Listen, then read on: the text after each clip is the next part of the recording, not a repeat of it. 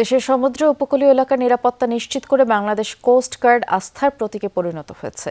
সকালে বাংলাদেশ কোস্ট গার্ডের ৩১তম প্রতিষ্ঠাবার্ষিকীর অনুষ্ঠানে স্বরাষ্ট্রমন্ত্রী সালাউদ্দিন আহমদ একথা জানিয়েছেন। এ সময় তিনি জানান, কোস্ট গার্ডকে আরও আধুনিক ও শক্তিশালী করতে জনবল ১০,০০০-এ উন্নীত করা ছাড়াও বাহিনীর বহরে bullet proof high speed boat, helicopter, maritime surveillance system যুক্ত করার পরিকল্পনা রয়েছে সরকারের। বর্ণাঢ্য আয়োজনের মধ্য দিয়ে মঙ্গলবার কোস্টগার্ডের ৩১তম প্রতিষ্ঠা বার্ষিকী পালন করা হয়েছে। রাজধানীর শেরেবাংলা নগরে কোস্টগার্ডের সদর দপ্তরে এই বর্ণিল অনুষ্ঠানে প্রধান অতিথি ছিলেন স্বরাষ্ট্রমন্ত্রী সালাউদ্দিন আহমদ।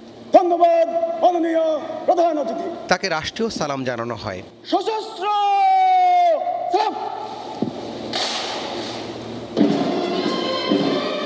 এ সময় সাহসী কাজের স্বীকৃতি স্বরূপ কোস্টগার্ডের ১৪ জনকে পদক পরিয়ে দেন স্বরাষ্ট্রমন্ত্রী। মহান স্বাধীনতার ঘোষক। অনুষ্ঠানে কোস্টগার্ড মহাপরিচালক বলেন, অপ্রতুল সরঞ্জাম ও জনবল নিয়েও দেশের সমুদ্র সীমার নিরাপত্তা সহ মৎস্য সম্পদ রক্ষা, মাদক ও মানব পাচার প্রতিরোধে বাহিনীর সদস্যরা নিরলসভাবে কাজ করছে। পর্যাপ্ত জনবলের ঘাটতি পূরণ করা গেলে এদেশের নদী ও সমুদ্র উপকূলবর্তী আইন শৃঙ্খলা রক্ষা, মাদক নিয়ন্ত্রণ সহ দেশের সামুদ্রিক অর্থনীতি রক্ষায় কোস্টগার্ড আরও অনেক বেশি ভূমিকা পালন করতে সক্ষম হবে বলে আমি বিশ্বাস করি। বাংলাদেশ স্বরাষ্ট্রমন্ত্রী সালাউদ্দিন আহমদ বলেন, বিএনপি সরকারের নেতৃত্বে বেগম খালেদা জিয়া কোস্টগার্ড প্রতিষ্ঠা করেন।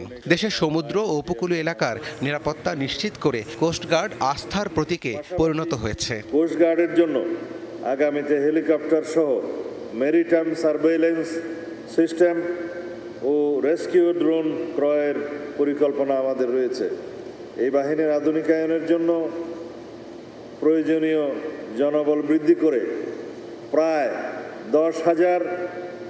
১০,০০০-এ উন্নীত করার পরিকল্পনাও গ্রহণ করা হয়েছে।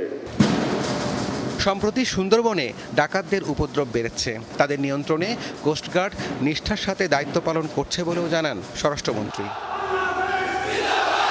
রাব্বি সিদ্দিকী, যমুনা নিউজ, ঢাকা।